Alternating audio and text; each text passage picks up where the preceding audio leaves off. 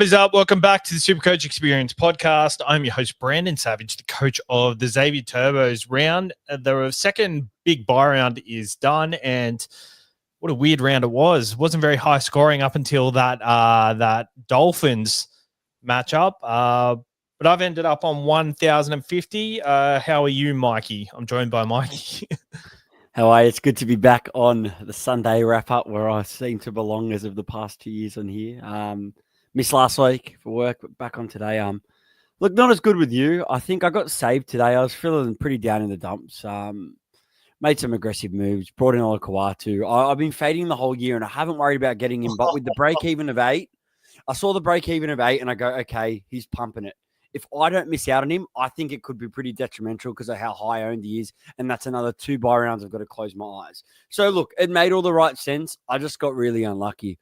It just sucks. Like, I had 18 players until, like, Sharp and that were out. So, I was just trying to negate the risks. I knew my risks were him and Herbie. And I was close to getting Herbie instead of Ola, and I didn't because I just thought, his try-scoring run's going to end. I was just being a bit ignorant with it. And look, it should have ended, but even if his try-scoring thing ended last, it wouldn't have mattered. He turned up either way. So, look, 967 for me. Today's my kick-out pod and Karaz, technically a pod even for this round, both with 183. Resurrected me to, I think, I'm at about 8K, so I should jump up a little bit, but I guess the silver lining for me, which is good, is I won all my head-to-head matchups, which is good, but it's just hard. With 17 players, I wish I did a little bit more with it. And, it's a bit of a bummer. What'd you score, and who'd you captain? So 967, and I played it safe with Tedesco, which I'm glad, because if I didn't VC Tom, I would have VC'd Tedesco, Captain Drinky, and I don't think I would have looped 80. So I guess take that one as a little bit of a win, but I brought in Karaz, Olukwatu, and Ramian. Ramian could have scored. I know you'd be with me, Saz, he could have scored 90. Katoa scored a try where he normally plays, could have passed it to him. He didn't, and that second one he was supporting. So I'm not worried about Ramian. I needed to generate cash, but I guess, look, we'll get to these talking points because I guess some of them are big ones, but nonetheless, bro, it's going to be a tough round next week for me. Far out. I'll tell you what, I'm loving how Ramian's playing. Like, I think by watching him, he's playing a lot better than what he's scoring over the last 2 weeks. So I think he's a bargain. He's only scored 1 try as well. And the fact is, like, I wanted someone I could go down to and happily hold for the year. And I'm not mad at that trade at all. It's just the Olukwatu one burns because it could have been the week where I either held the trade or went someone like Herbie instead. And then right now where everyone has to mass sell him, like, I'm personally going to see if I can personally hold him. Like, do we have an injury time on Ola yet? At least 6 weeks. Yeah, see, if it's at least 6 weeks, it's at least his break-even's low rather than getting him in and making it drop. Yeah, but at least he's going to make money as well. So, yeah, you're right. I would have loved him to score that try on his way out just to pick up a little bit more cash. But, I guess before we head into the teams, my early thoughts and my plan was for this week to go Cleary to Jerome Hughes. And that'll give me enough money to go. It was going to be, I've still got Toya. It was going to be Toya to Lomax because I love Lomax's 2-game draw and I want him for the run home. So, but eyes up, I think I'm going to need the warm body in Toya. I don't care about the break even. I think I'll need the extra number this week. So I'll probably sell Olukwatu to him via Lucas. So ended up selling Sharp and held Lehigh as a late switch. Just once he was out, 750K. I don't like the night straw coming up, so I thought it's a good chance just to hold Lehigh as a bit of a pod move because that's also going to help me for the last buy. And I was like, look, I think I've only got 19 or 20 plays this week, but it just depends on how Origin goes to how bad that decision is for me. I held Lehigh over Hubner as well, just based on I had 2 AEs. One was Sandon, one was Hubner. And when I saw that Sandon was going into the starting side, I was like, I want his score over Hubner's. It didn't really matter. It was the same. It was 2 points. Yeah, exactly. So thought process is right. Yeah, the thought process was right. I guess Newcastle have defended really well this year, but we'll kick it off with the Sharks playing the Dragons, and Blake Brayley, he had probably the best game I've ever seen him play. 104 points. He just ran every opportunity he could. I think he was someone a couple of weeks ago when Mamazelos went down that people were looking at. Hasn't quite performed like this all year, but 104 points, I think. I mean, if he keeps playing like that, he could do that again, but I'm just not confident that that happens again. I know he's got it in him, but it feels like it was a game plan. Yeah, I think it's tough. Like for the run home, I think all of us will be a bit vanilla with the hookers. I'm personally not going to worry about trading there. The issue with Brayley is you would have preferred to just took the risk before the first buy round, because he now will have a buy at the last buy round, and you've already missed 2 buy rounds, and picking him up before it pays dividends. So the hooker position is a very big question mark still, especially like, Grant's always got these injuries, and it's going to be big if a buff, but you can't take away how good of a game that he had. And he's never going to really score really low. He's always going to give you like an average score, and every now and then he does have this in him, but not as consistent as what you'd like. But it's such a dog shit position.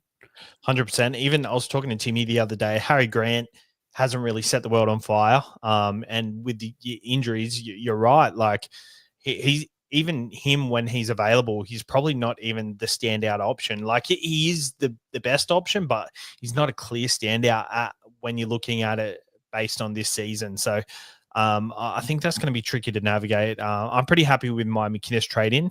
You got 51, bit lower than I would have expected, but I also like that that's pretty much his lowest score. Like he'll get 55 for you most weeks, but yeah, I'm thinking that Sandon to maybe Harry Grant in the future is probably going to be an option. Brent Nikora, 95 points. Did you jump on Nikora?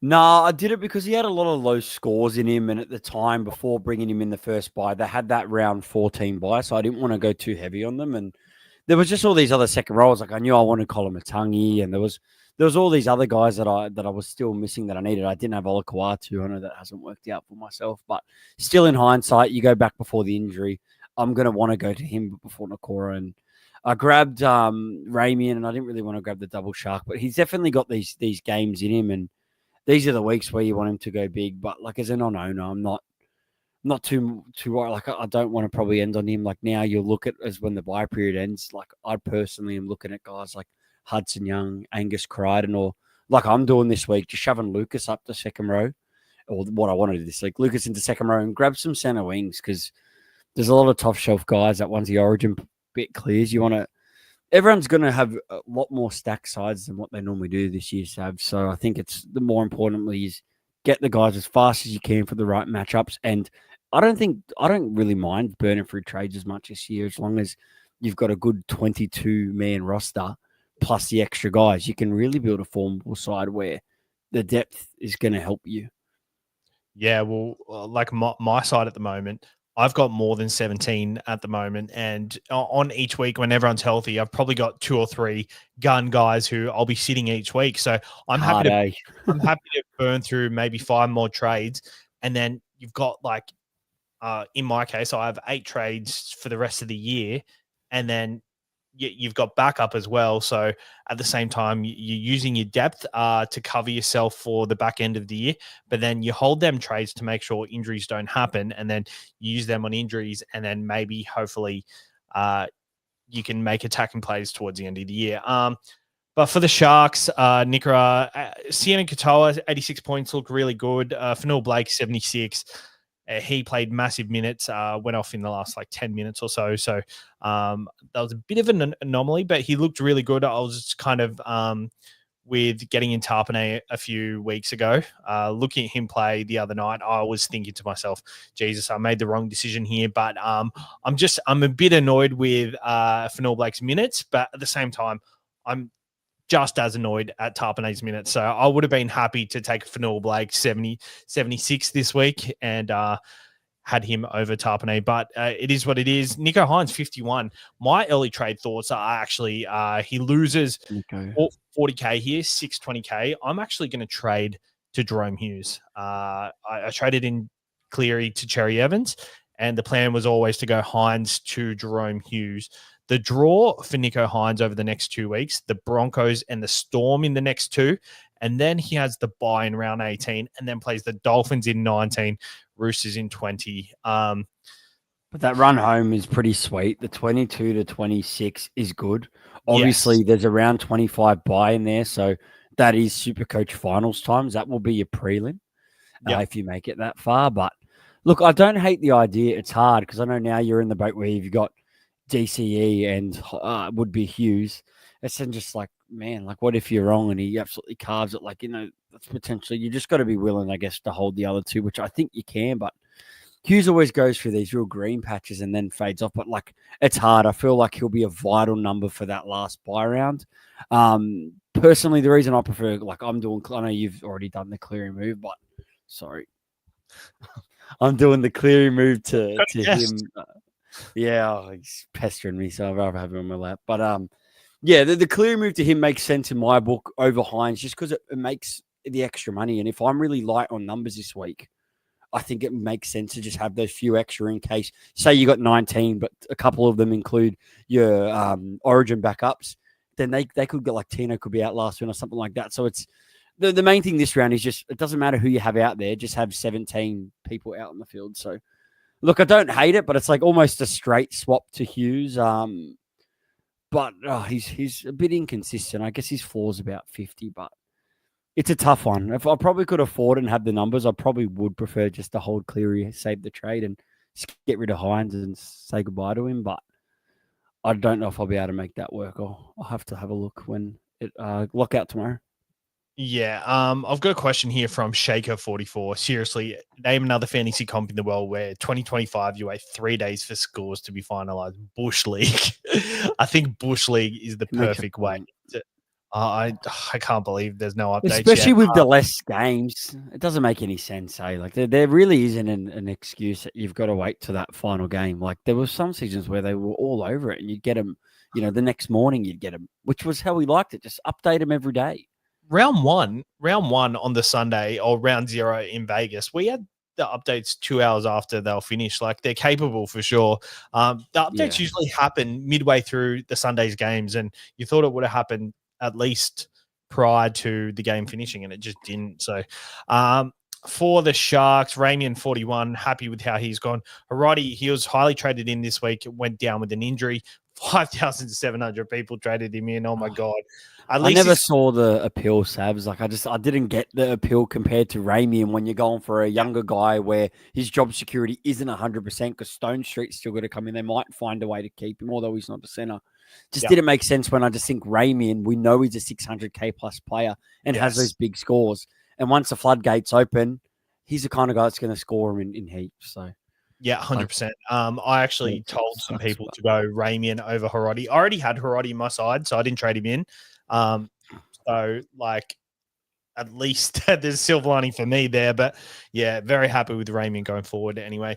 Over to the Dragons. DeBellin, 87. Cook, 84. Not much doing here. King Tonga, 58 in a buy round. Pretty handy there. Toby Couchman, 51. Do you want to talk me through that trade-in for yourself? Not a bad one, but I want him to move back into the middle would be better for him. But he pumps out like solid scores without any tries, and I do think if he stays on that right edge, there's some tries on the horizon like there was for Lucas. It's just looking back at hindsight now. I made a second rower trade last week. I now have a stack of guys. Like I've got 2 Bulldogs, 1 Dragon, I've got 4 Manly. So I'm going to be very light next week. And now looking at it, I wish I waited the extra week. Probably wouldn't have got him.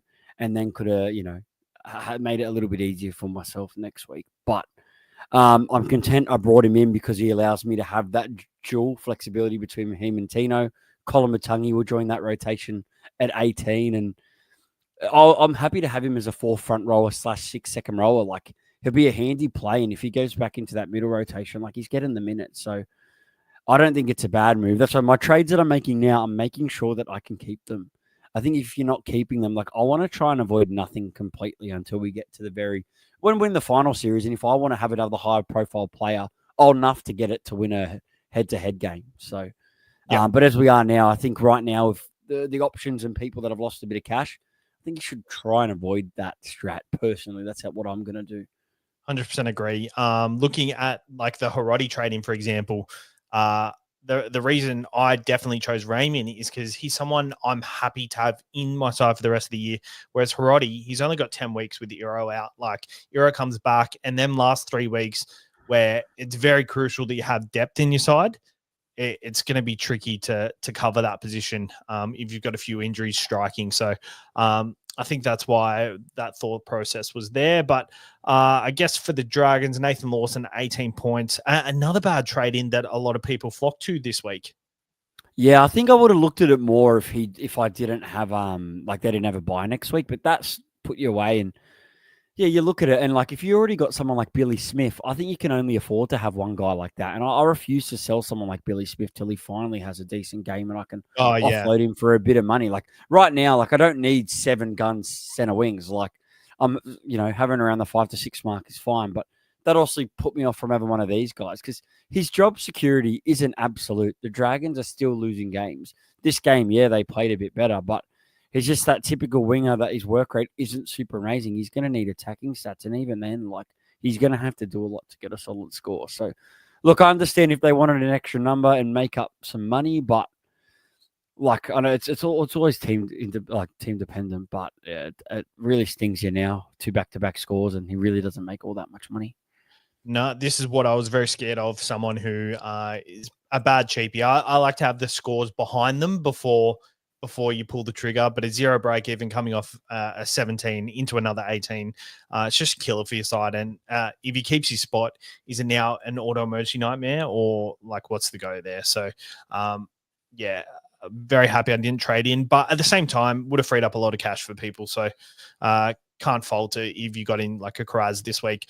Shout out to Luke. I'm trading HINS to Hughes too. So a lot of people are on the same boat here. But let's move on to the Titans Manly game, which I'm hoping we get updates at some point, but we probably won't. Garrick top scores, 94 points. A lot of people VC'd. I would have taken the VC here. 94 points in a buy round is definitely very lucrative. Yeah, sorry, were you talking about Garrick? Yep. Yeah. Though this like he had a very long try scoring like drought, and it was only a matter of time. And once he likes to score them in pairs, and it's a solid game by him. I expect him to update to a ton. It's weird that this is the only one that hasn't. It was the second game that was played. Very strange that it hasn't updated yet. But well, the Sharks game didn't update, did it? Some of them have 51. I didn't think it did. HINS, just Raymond. Yeah, maybe it hasn't. But they updated the Roosters Knights game. I don't know what's going on, man. Yeah, 100%. Because Teddy went to 85. He was only on 80, wasn't he? Nah, that was. You can check by impending offloads, but sorry guys, we're just. Oh yeah, true. That's so true. Yeah, offloads. None of them have been updated. Okay, so we haven't got any updates at all. I thought. I made this mistake in the first 2 games because I thought the first 2 games updated, but there were late points that were added, like, and I checked it like 79.50 or something. So yeah, okay. Yeah, so that's where I thought. But yeah, updates haven't happened. But yeah, with Garrick, I definitely probably would have looped a 94 if I VC'd. Yeah, 100%. I would have took the 90 every day of the week, and if you were scared about what Tedesco could do, it would have been the move to loop him. It's rough. Yeah, with Tom there, it's just we're going to get to Tom, but that's just putting me away of VCing Garrick. But I do love Garrick in a buy round because he's got that goal kicking ability. And even though again, I know you're a Manly supporter, Sabs, but man, they are heartbreaking to watch. I've got so many. Just you know what these guys can do when they're on, but they can be so bad as well. Like, how frustrated are you? I'm so frustrated. Like the Knights game, I was watching that, and at the end of that, I was just like, I felt like I knew that was going to happen. Just 16 points up. I didn't want to get my hopes up that they're going to win big because I just knew that there's every chance they could still lose this game, and they did. It's very frustrating because there are some plays in that side that I'm just like, you don't belong here at all. Like Luke Brooks is just like, he played so well at the start of the year last year, but he's honestly hasn't done anything since. I like him as a player, but it's just proof why the Tigers have done so bad for so long because they persisted with him for so long, just banking on him to kind of take that next step. But SuperCoach wise, Cherry Evans 58 had a try assist. I thought he looked pretty good. There were some plays like he did a really deep kick into the in goals that went dead. That I thought was a bit off brand for Cherry Evans.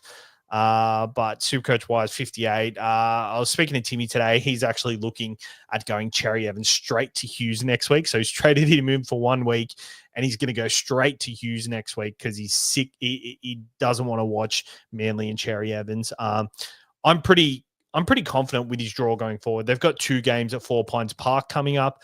They got the Tigers and the Rabbitohs in round 15 and 17. They have a bye in round 16, and then they play. They're 17 and 18. They're at 4 Pines, and then round 19 bye, round 20 Melbourne. So I think Melbourne Dogs, Roosters, Raiders is rough for Manly, man. Yes. So I think he's definitely gone for me prior to that round 20 matchup, but or maybe he'll still be in my side, just depending on who rests for Melbourne. But I'm still pretty happy with the trade-in, to be honest. Any thoughts on that? I hated the Cherry Ever move for most this week. I get the appeal and the price, and it's just Manly is so hot and cold. The points are getting so split amongst them. They're not all going to one guy. And if you're grabbing Cherry Miles, it's like, all right, you're keeping him. Fair enough. If you were choosing Cherry Evans over Hughes, I didn't mind it. But if you were going to go both of them, then I was more like, because then you've got to flip Cherry back to Cleary. And we're seeing carnage happen each week and big players get injured. We're assuming that, our team just take with injuries, but you've also got to plan for a bit of the carnage. But it's a handy draw coming up, but it's just tough. I don't know where to look for Manly, but I guess the next one on the list is Tom Trbojevic. I didn't want to do this trade. I said he burned me, and I brought him in 3 weeks ago, and I was worried he'd get injured. He got injured, and the trade it's just been horrible. And fair enough if he starts to kick into gear, but it's like at this point, I can't trust him to chuck it. I keep wasting my VC on him, but the second you take it off him, he's going to go boom. So that's what we're hoping, anyways. Maybe his body's clearly not 100%. Maybe he's worried a bit, but it's like he's just not there on the support plays. He's dropping the ball a lot. Man, some shocking kicks taken from him. Like options where normally he'd run or he'd throw the ball, he was kicking it. Like I thought, 3 try-scoring opportunities, he bombed. And it's not clicking for him at the moment. And obviously at the price, I'm going to hold faith that he does. There isn't another fullback that I want to go to now. I guess if he can't get better when he goes into that Melbourne Raiders draw, I might flip him to someone like Latrell, but you got to get that last buy out of him now. You've got to keep trying. I want to try. I feel like there's maybe some sunshine at the end of the tunnel. How about you, Savs? Yeah, it's disappointing watching him. Hard to watch him. I just feel like with me, I've bought him banking that everyone knows he looks shit, but there's just a moment where he can flick a switch like that.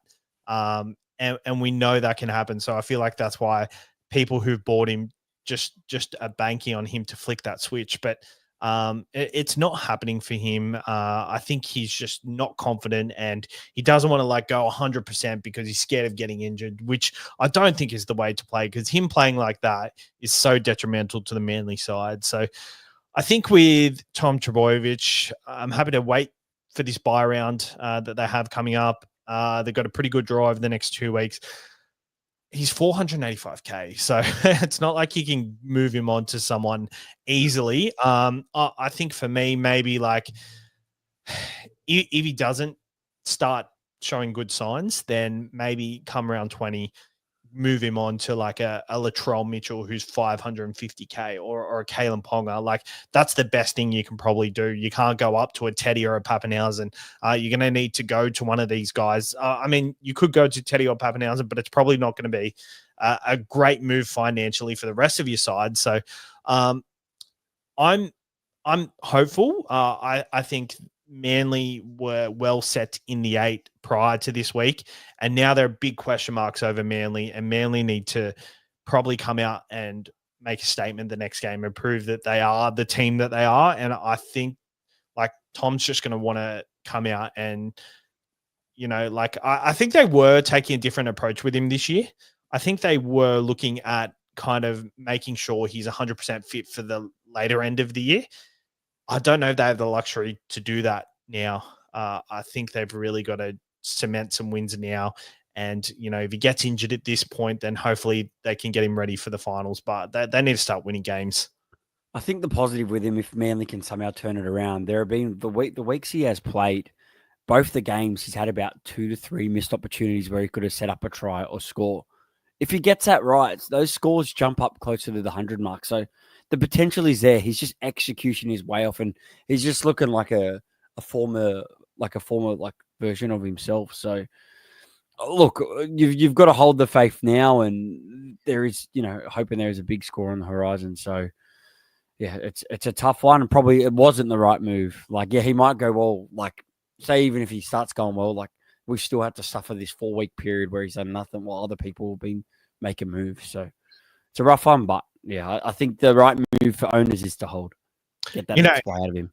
It is frustrating that he hasn't done well, but the timing of it has been kind of good, I reckon, because I reckon Keeps people away. Well, no, yes, but at the same time, the week we got him, it was the first buy round, so the 71 points was very handy in the buy round. The week after, pretty sure like there was heaps of buys or whatever, but he was rested anyway, so we had a lot of options to choose from as it was. So we're happy there. The next week, I'm pretty sure Teddy had a buy. He was actually, I'm pretty sure he was out that week too. So, but throughout these stages, because we've created so much cash earlier in the year, like our reserve options have been kind of really strong. So I think it's nearly been a blessing compared to past years where you kind of scraping for your 17th player. So it is frustrating because it is taking up that flex position, but it's also like 3 fullbacks aren't killing it consistently recently. Like Pappy's kind of dropped off since that 182. Teddy's been really good. Drinky's been good in patches. But I also think that it's that kind of time where you can have that third fullback being somewhat of a risk, in my opinion. So yeah, the fullbacks haven't been as good as what they normally are, Sav. So maybe you could even use that flex spot for another halfback when Cleary comes back if TC and Hughes are killing it. Like, there is other options. I do think there are some fullbacks that are going to come back into it, but they haven't been super solid except for like Teddy really and Paps. Teddy's been really good. Olakau'atu 34 out 6 weeks potentially. So we'll look at replacements on Tuesday for that. But for me, I'm still not sure what I'm going to do with him because I just moved Lucas down to my second row. So it's not like I can sell Olakau'atu and bring Lucas down either. So I'm a bit frustrated there. You could only buy a second rower? Does that mean, or potentially, no? Yeah. But I've also kept Lehigh, so maybe like I could sell Lehigh.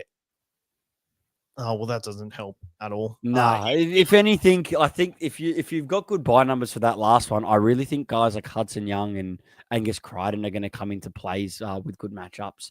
Yeah. So I'd be looking at something like that if you didn't need the number. I like the Angus Crichton shout. I think he's been slowly edging towards going really well. Chris Randall for the Titans, top scored 92. We talked about him the other week, 342K. His first attacking start in a long time, so probably wouldn't even consider jumping on in the future. But the hooker 2RF duel isn't too bad. He goes up to about 430K. I wouldn't be spending that on Chris Randall, to be honest. No, Titans also don't help you anymore with the buys. That's it. One and done. Yeah. Campiera, 85. Jaden Campbell come back with a score of 80. How good? I think he's definitely probably the number 1 5'8 option. Brimson, 73. Bo Furmore, maybe he's someone we look at. 600K. I think he'll get recalled for that next buy. Sorry, they're not playing the binaries, but I reckon he might get recalled if they get flogged. You reckon? I think there's a chance, but I guess it's not going to matter because they don't cover that next one. He's at a good price. I don't mind it at all, but it's just like, how many Titans can you have? Yeah, I know. They've got a really good draw. They've got Parramatta, Gold Coast, then they've got the Broncos, Tigers, and then it does get a bit tough towards later in the year, but they've got some good matchups, and Bo Furmore's a second rower, so he's definitely one to look at. You can make a bit of cash off it, but probably not something I want to do if getting him in second row if I already have Lucas in there. Like that's Brimson gets it done with 73. He looked really sharp in this one. I do like him at fullback as a SuperCoach option. I've had him since round 1. He's been a bit up and down, but he needs to do a lot to get the scores, but he's been doing enough to keep a pretty solid average. So I think him and Campbell as well, the Titans need to score lots of points for them to do well. So right now I've got my 5'8" loaded up with 2 Titans, and I'm not going to really change it for now until anyone shows their hand. But other than that, there's not really any Titans I'm looking at. I feel like I've got Tino. I can't really get too much more. They don't really excite me too much. Would you consider nothing out Brimson at some point? No, I'm not interested in nothing. I'll try and get around for doing it. I think Brimson is a handy 18. Like, he's a handy person to play. Like, if Campbell was out, Brimson's a perfect play. You know what I mean? Like, and there are some weeks where their matchups are light. I'll chuck Brimson in because he's even been scoring tries against some of the tougher opponents. So, to be honest, unless, I was like, okay, I need Cameron Munster for the run home, then I'll jump to him. But right now, I'm happy to lock the 5'8" in as them two. Maybe even Burden once Origin period's done. Yeah, 100%. He's available in centre wing, so I could even just shove him down to centre wing. He could be a 7 centre wing. Yeah, that's fair. One more. Chuki Simpkins looked really good when he came on the field. I think he's going to update a little bit too. So handy popular buy. AE. Yeah, popular enough. Sorry from earlier on.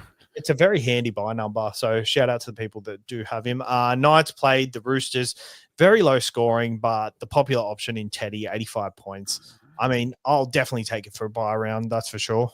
Oh, he got saved at the end, eh? It was looking a bit bleak, and the 2 try hits at the end. It's just what he can do, and it's just Knights keep surprising, but their defense has been good. Like, it's been pretty fairly good, and you think that most teams are going to pump them, and they not a lot of them do. So it's frustrating for SuperCoach because I thought there'd be a lot more in this one, and look, nonetheless, he's a safe pullback. He's a safe captain for most weeks, and like you said on your podcast last week, Savs, he's a must-have for this period. Like, the fact you can get someone of his quality in there, and this week, he was a popular captain option, and he was maybe what you call the boring play, but it kept your score steady if you did it.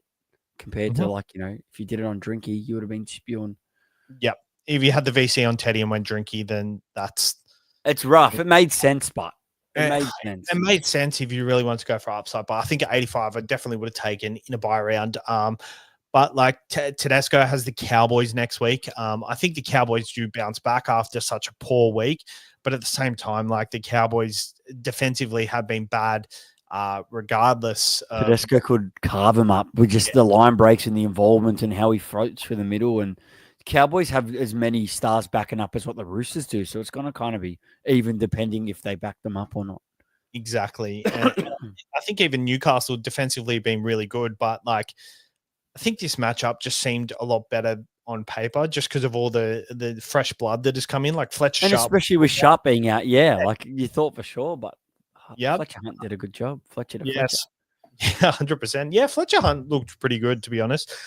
Sua Wong, 87 points. Fiketti, 73 with a massive right foot step. How good was that try? Beautiful. Yeah. Nice Teddy on the front row. Man, they've got some young forwards coming through that are gun, man. Like Steep, the one under him was 65. Yeah, Wong's still young. Oh, not as experienced too. They're killing it. Look at Steep, 444K. He started at 232K. He's been he cost pretty steep at 444. Yeah. Your punt, Sav. Nafahu White, 57 points. Dom Young, 52. Now going to be a Newcastle Knight. Nwanga Nitawase, 44 points. A lot of people were chatting about him. 801 people traded him in. I don't think he's someone to target at this time of year. I think there's much better options to fill up your center wing. I think he was someone potentially earlier on in the year at the price, but considering we've got so many options to go for this year, I probably wouldn't even be looking at him anymore.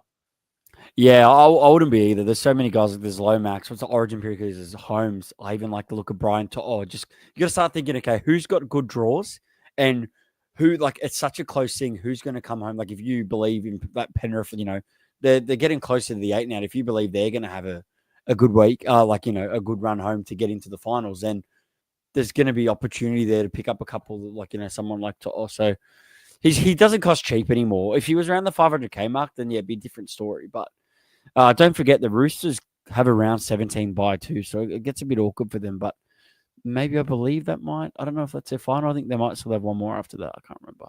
No, that'll be their final buy. I'm pretty sure. Let me have a look. Pretty sure they had the 16. Yeah, no, you're right. I think they've had 17, 18, 19, 20. Yep. Yeah, so Yeah, this will they're be the done. last bye. That's also a good point, Sabs, maybe just to mention is we're getting to the point now where teams are going to be finishing all three of their buys and they become more valuable because you're going to get more points because of the games they have. Like example, the Bulldogs after this week, they're done, I'm pretty sure. I The think. Bulldogs. Yeah, Oh, the Bulldogs. Yeah, they'll be done after this week because they've had 14 or 13, 16, and they had one earlier in the comp. So like there are a few other teams after this one that'll be finished too. So just keep an eye on teams that are finishing up their buys because they're going to be valuable. Yep. Sandon Smith, 36.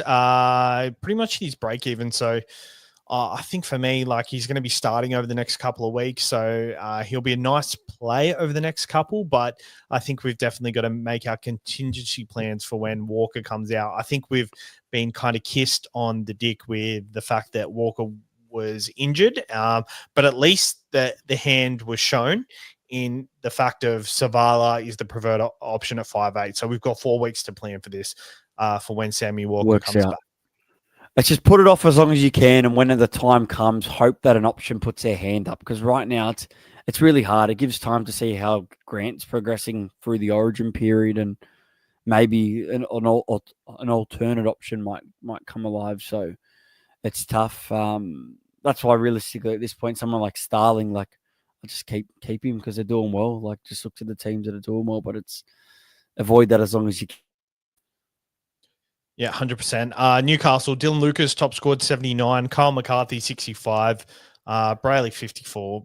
Gago, 47. Oh, I don't know. Marju, 36. That's very low. I was not expecting that lower score from him. I didn't mind him as a play this week, but as I said, like the Knights draw gets tough. Like they've had a very good run and haven't capitalized on it. Like for me, it gets a bit tough depending on how high the price is. I didn't think Sharp was a bad hold, but with the big scores that he has, but like you look at it, like already like the Dolphins are in good form, the Raiders, the Storm, the Warriors, the Raiders, Penrith, like that.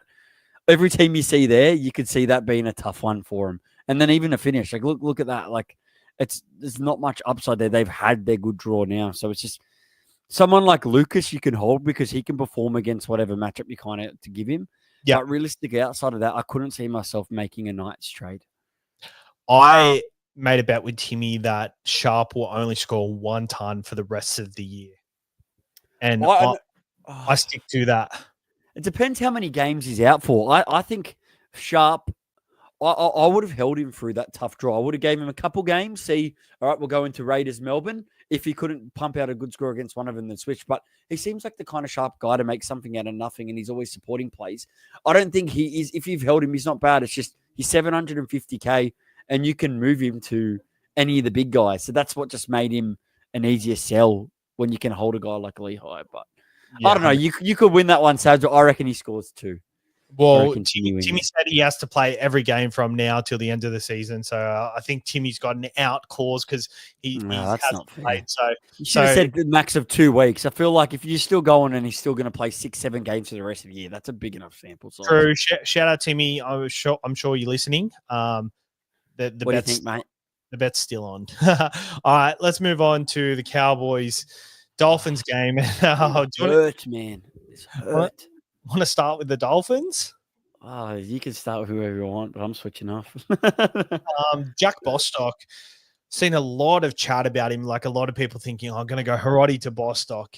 Going to do like a Billy Smith to Bostock. 1,200 people brought him in. Geniuses. Oh my God.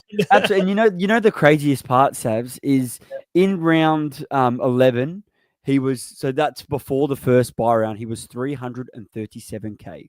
He went down from 515 to 337K. And that was the play. Pick him up bottom dollar, get 2 buy rounds out of him. And then from 12, he went 52, 79, and now this massive 160, which is absolutely going to see his price soar. And the Dolphins are absolutely killing it. I think 3 games now they've won by so many points, and only a handful of teams have done it in Premiership history, which is crazy. They're the best side to watch at the moment. Like they're great, and I just can't believe they keep keeping it up. I keep tipping against them. I don't have any players from their side.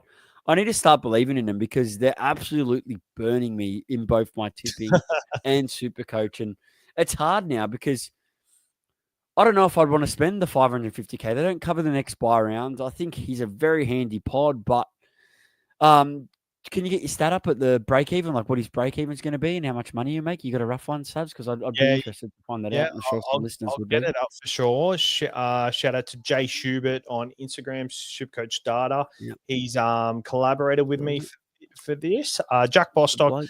125K, negative 67 break even. So that takes him back to basically just a touch above his starting price.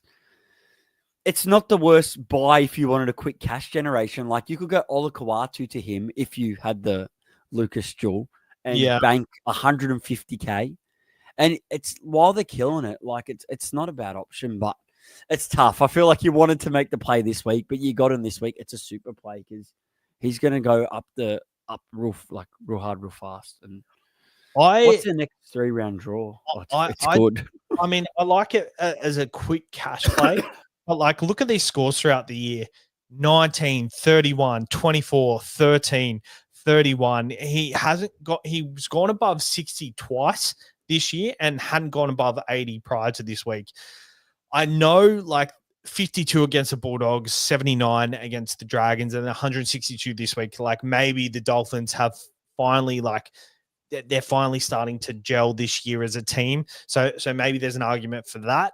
But yeah, I guess if it's a quick cash play, I like it. But if it's someone who you think is like really, really, oh no. And NRL Physio is saying Koloamatangi might have a possible broken eye socket.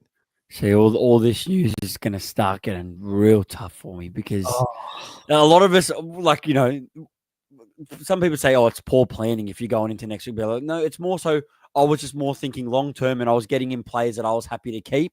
And if they're playing in the buy rounds, you want to get that out of them too. So it just sucks because all these, and we still haven't had Origin, but next week is going to be like very tough. Well, it's already tough, but that's going to make it tougher. I How think long's a broken eye socket? 3 to 4? Potentially. I've seen people come back the next week, but I've also seen people sit out a couple of weeks. I think this is just proof that someone like Jack Bostock is probably not someone you want to get in your side because if you want to trade someone in, keep them in for the rest of the season because things like this can happen and you might need to hold on to them, especially this time of year. If it was early in the year, I would get it, but I feel like no, you could plug him. Like he'd kind of be like your alternate to Ramian if you had the cash and cash was an issue. I think you could play him in matchups and sit him there because their draw is friendly, but obviously you've got to have the numbers. Like it's not bad at all.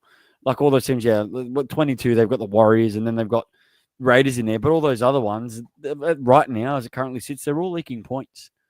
So when you look at it, like they've got no Melbourne there, they've got no Penrith. I don't know what Penrith ain't gone. They've only got Raiders once more. They've got the Warriors once more.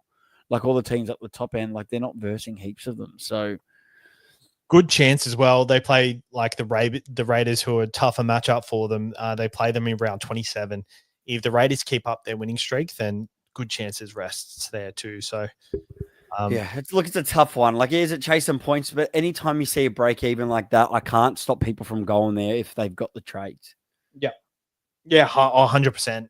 I'm definitely speaking to them from my point of view. If you've got probably even like if you've got 15 more trades, it's probably you can probably. I won't be doing it either. I prefer to get Lomax over him because Lomax is a very good, like, I like his draw for the next couple of weeks and he hasn't been scoring tries. So when they come, you're looking at 90s pluses from him. So I personally wouldn't be doing it either, but I definitely would, I think he's an option.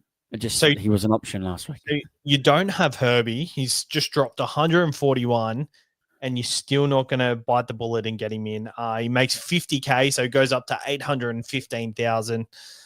You're not going to do it? No, not going to do it. 2 tons in a row. 2 tons in a row. 8 tries in a row. How did you feel when Nikarim passed that ball to him? You fucking...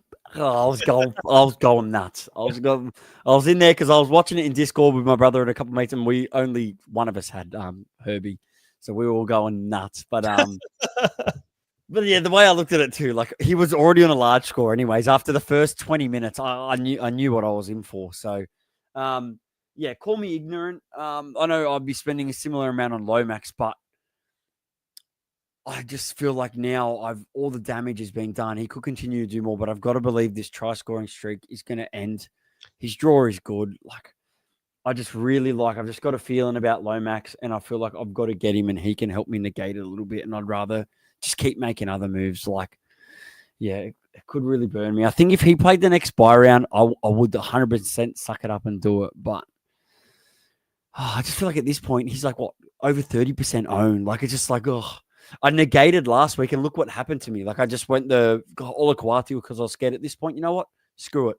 Sorry, Herbie, but I'll just, if he's going to, like, look, I might come back at the end of the season and go, fuck, I should just listen to Sabs, but there's other plays to be made, so I'm going to do it.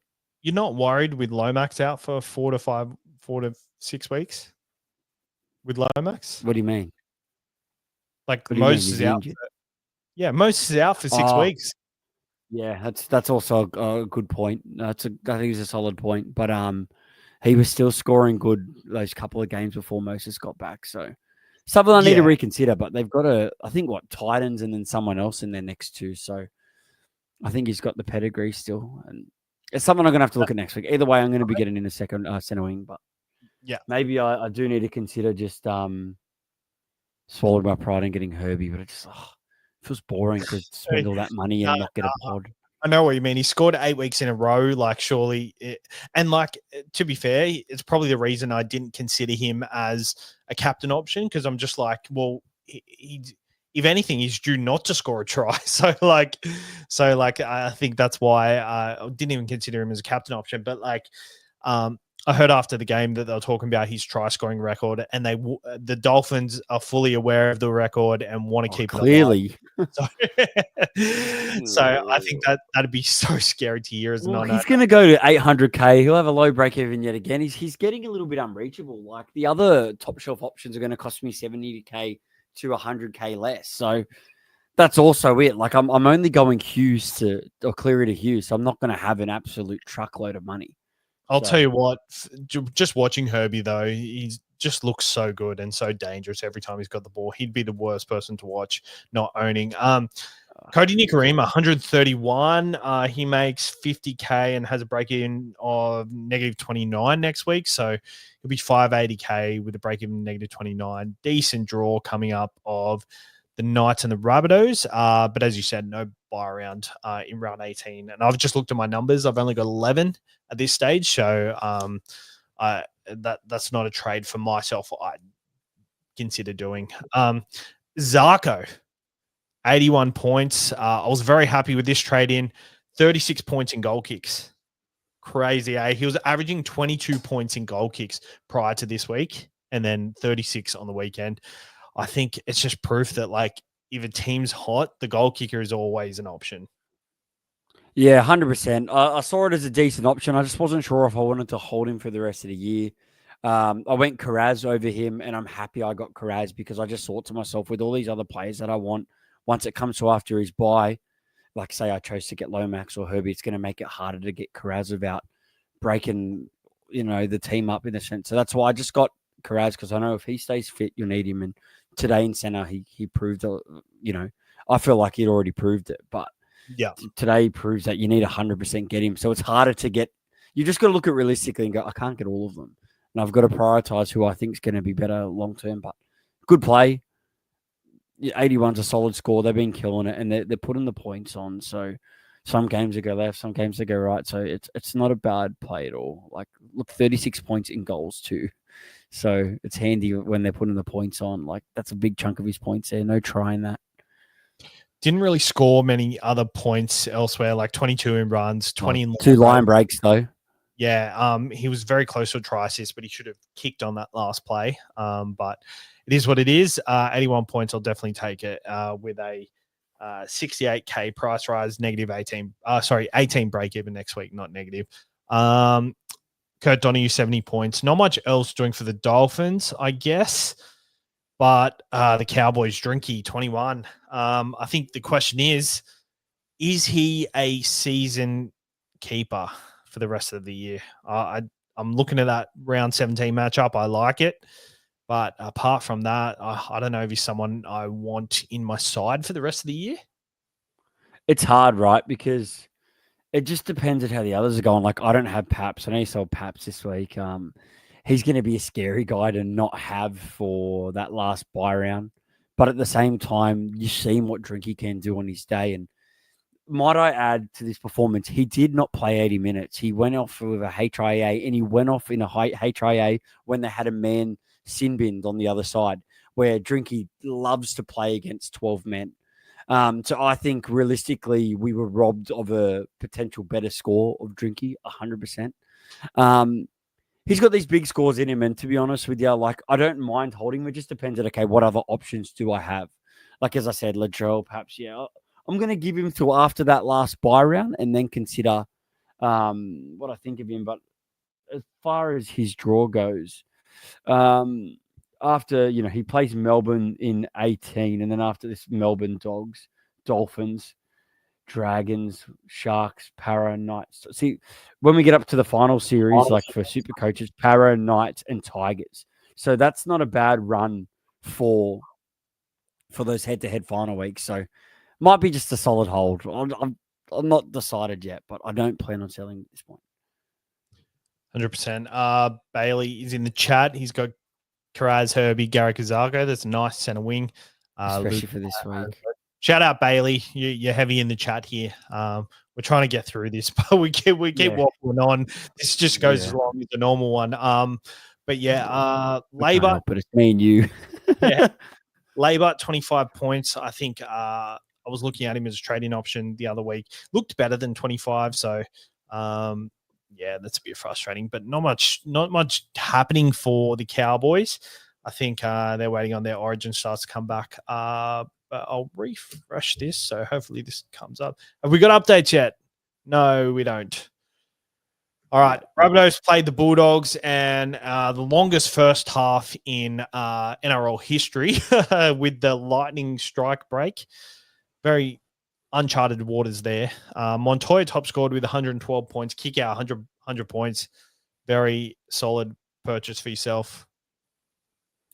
Yeah, it was a good purchase. Sorry, wait, I'll switch off for a second there. Were we talking about kick out? Yes. We're talking about kick out. Yeah, look, I'm worried that he's going to lose that try assist. I know the NRL scores differently, like the NRL app, but they gave it to Sherry. He lost one similar like earlier in the year, so he could lose it, but it's a game. He's a kind of player where it doesn't accumulate lots of points. And I remember at the time I went kick out instead of Young and kicked myself about it. But long term, he's posted some solid scores at the bar, and for me now, for me, I'm going to keep him, and I'll play him in a lot of matchups because the Dogs are just doing so well, and he's just such an attacking weapon. Like, even when he's not scoring the tries, their left edge is pretty solid at scoring points with him, Sherry, and Montoya. So, so we'll see how it goes. Lachlan Camilleri is in here saying, kicker over line 3 times for 0 tries, and I always give tries just to last pass. Yeah, that is true, but when I see those kind of ones, I always get a little bit worried for the lower-owned guys that would get screwed. So I'm not saying he's going to lose it. I'm saying it's a chance. Whose try was it? It was Montoya's second, I believe. All right, let me have a look. You're going to have a look. Well, I'll keep rattling on while we're doing that. Karaz, 83.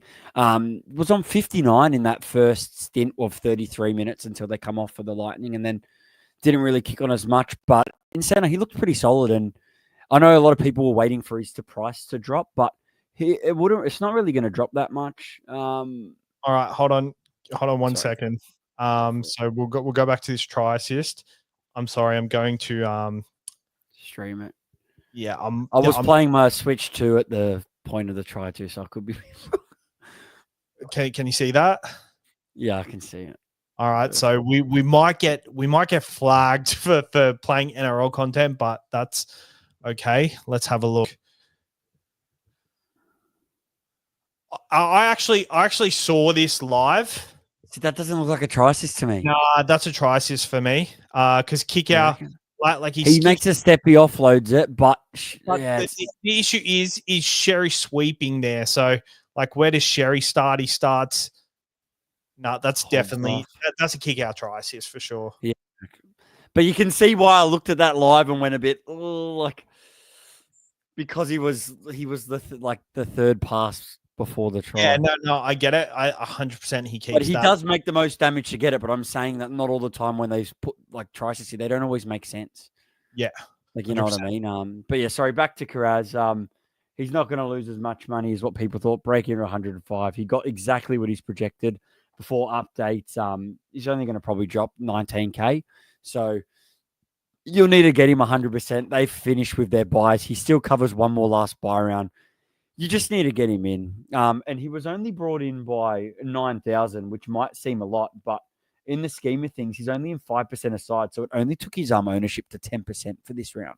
So that was pretty good pod. So realistically, Kiraz and Kickow helped negate the Herbie. It just sucks because with Herbie, I have a cracker week. But it helped kind of make up for not having him. But I guess it's hard when you got a highly owned guy and your two pods are just making up for a highly owned guy. It hurts, but it still all adds up, I guess. I'm pretty happy with the Kiraz trade in that I didn't trade him in. He's obviously an end of year keeper, but I think the buy round next week already struggling for numbers as it is. Like, yeah, I'm trying to count mine as we talk, and just no, that's all right. But like 83, he didn't go 150, so it didn't hurt. Looked like he was going to go 150 at one point. He did go down with a couple of injuries, like he held his calf a few times, and then he went down with that neck injury. So I guess we'll wait a couple of weeks, see if he's okay. But honestly, I'd be happy as an owner. I'd be happy if, as someone who didn't trade him in. It's a bit annoying he scored so much. He'll probably update to 90, but it is what it is. I think I'm pretty happy as a non-owner, but he's definitely someone I'm going to trade in ASAP. Yeah, you need him. Connor Tracey, I think, is an interesting option. Goes to about 500K. I mean, I probably can't. He burnt too many people, bro. And he scored a double today, and they're both support plays, so I'm not really impressed with that 70. His scores are too low to consider. Yeah, that's fair. Ones. That's fair. Lockie Galvin at 5'8", 65 points, goes down to just below 485. So he's at a nice little price. He looked good when he came on. He's got to look at 80. He's got to lock an 80-minute roll though, because he played the full game, Savs, didn't he? Because Burton wasn't there. But it's just what happens. Like if he can lock down an 80-minute roll, there was an injury, and he's guaranteed that roll. He'd be the perfect guy to snag up as your second 5'8" at the Dogs, because he's in a winning team and they're playing good footy, man. Like this one, they let it slip away a little bit, but it's like Penrith when they started their run. They just know how to grind the win, no matter what position they're in. 100%. Not much else for the Dogs. Koloamatangi, 69 points. He went off with that HIA, which looks 12 like a to go eye socket. So a lot of people captain. 70 points, not the end of the world. Tallis Duncan, 116 points. He looked really good. He's at a nice price, but goes up to near 500K. Not much for the Bunnies. I think if I traded in Ewan Aitken, I'd be pretty disappointed with the scores he's been throwing up because would have expected a lot more from him. But yeah, there's not much else. Maybe Lockie Hubner's probably a target to sell out next week, potentially as well. Yeah, potentially, but it's going to get hard just because next week you're going to need to use him for the number. You're just going to need to use him. I need to use him. As well as that, the Bunnies won't cover. They will cover the next buy round, but they miss the final mini buy round. So I think that's going to be my cue to sell him, utilize him this week, and then have a look who I can kind of flip him to. Anything else you want to point out from this game? No, nothing else. I guess the thing to add up on is maybe just so we've already mentioned our trades, but I'm at 17 players right now before trades. So that's assuming Koloamatangi is definitely out and Cleary is definitely out. Wait, the reason I wanted to sell Cleary's... Wait, sorry, what were you saying, Saz? Is that next week? Yeah, I'm talking about next week. So with Cleary, if Cleary somehow miraculously plays, then I'll just sell Hines. But with two trades, I'll be able to get myself to 19 as long as there's no other surprises, which is fine. You lose your one player. Like even this week, if I'm running with 17, I'll deal with it. But any more bad news and I'm in strife. I have 16 next week. That's not counting Koloamatangi, and it's counting Tino. Yeah, I'm counting Tino, which I think you should. Yeah, every chance he doesn't play. Are you counting Royce Hunt as well? No. So 1, 2, 3, 4, 5, 6, 7, 8, 9, 10, 11, 12, 13, 14, 15, 16. Did you count Brown? I didn't think you did, but no. No, I didn't count Brown. He's suspended next week. Oh, is he rough? So yeah, you're in strike too. Well, I can't even sell Hines to Hughes. Actually, I probably could. And see, that makes it now. We'll go back to that question. It's going to make it harder for you if someone like Tino isn't playing and other people are, and you're going to have under 17 players. Like with the flex, you don't have to have 18. You can run the 17 if you need to, but that's true. Yeah, it's true. If you cop some, like if your Tino's out or something like that, then you're going to be in some strife. Yeah, so maybe my trades need to be like all Aquatu to like a firm or. I guess that's why it's important to plan ahead sometimes. Like, it can all go tips up, but like when you're grabbing a guy like DCE, you got to look ahead and go, okay, what happens is this happen next week? Am I going to be right with having DCE instead of Hughes? Like, they're the questions you got to kind of look at. But Origin's coming up. Get excited. You've got one more. You got a potty with Sabs and I think maybe Grant's on the rotation next week, right? Yeah, I think so. I haven't asked him. I should probably check that. Where I had something here before, Lachlan Caramelleria. I think fullback rule out is the way to go. Drink after Origin. Edwards, great draw from 19 to 23. What do you think? Great shout. Yeah, great shout. I did mention just before with the Brian To'o play, if you think Panthers are going to come on strong and keep coming back, you're going to need they've got 2 wins, went into the bye. I think they're at a better space than they've been all year. Jumping on guys like him is going to be key. What's he priced at, Savs? I'm assuming you're looking now. Yeah, 6.19 from round 19. Oh, wow. He's got Para, Bunnies, Tigers, Titans in 4 weeks from 19 to 22. Then he has Newcastle, Melbourne, and then Canberra, Bulldogs, St. George. So that's a great call, man. I like that a lot. He's probably not going to play next week against New Zealand, so it's going to keep his price down. You probably let him play the Bulldogs. And then after he plays, but then again, I think Panthers can rock up for that game, man. It's like the Penrith versus Penrith. And then try and get him back for the Eels. Yeah, like it's a play. Like he could also be a solution to Tom if Tom just, kicks the bucket. Panthers have a bye in that final bye round, pick him up for 18. Yeah. And break even at 64. I mean, it's so tricky for the doggies. It's so tricky because there's so many you want to choose from. Like Latrell doesn't really have a good run from certain points. Reece Walsh, round 16 has the Sharks. He's got the Sharks this week, and then he has. Put him again, bro. He was hard to watch this year. He definitely was. I just think, you can wait and see for Edwards till after 18, and then you can choose and have a better look at what you're going to do with Tom and what you're going to do with Drinky, because they both cover that last bye round. I still think you've got to stick tight with what I've been calling those 3 fullbacks, the Holy Trinity, for the bye rounds. Didn't work this week, but they're still the 3 best sources you can pick on a snack pack, and that's the reference I'm going for here. So you've just got to, if you've got them, hold your Trinity to the next bye round and then look to offload them. 100%. I think that'll do. Now, somehow we spoke about 5 teams in the same time we talk about 8. That's a good old classic Mike and Sabs throwy for you. We still haven't got updates, which is crazy. Ridiculous. So maybe we're going to get them tonight like you normally do for the Sunday games. Yeah. We'll wait and see. Don't want to pay them overtime today.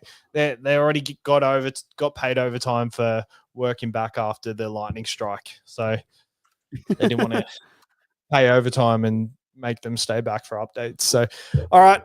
Cheers. Good luck. And we'll see you next week. See you Tuesday. And prepare for the carnage. Yeah. Prepare for the Origin carnage. Well, the carnage, yeah. But get excited for Origin. See you guys.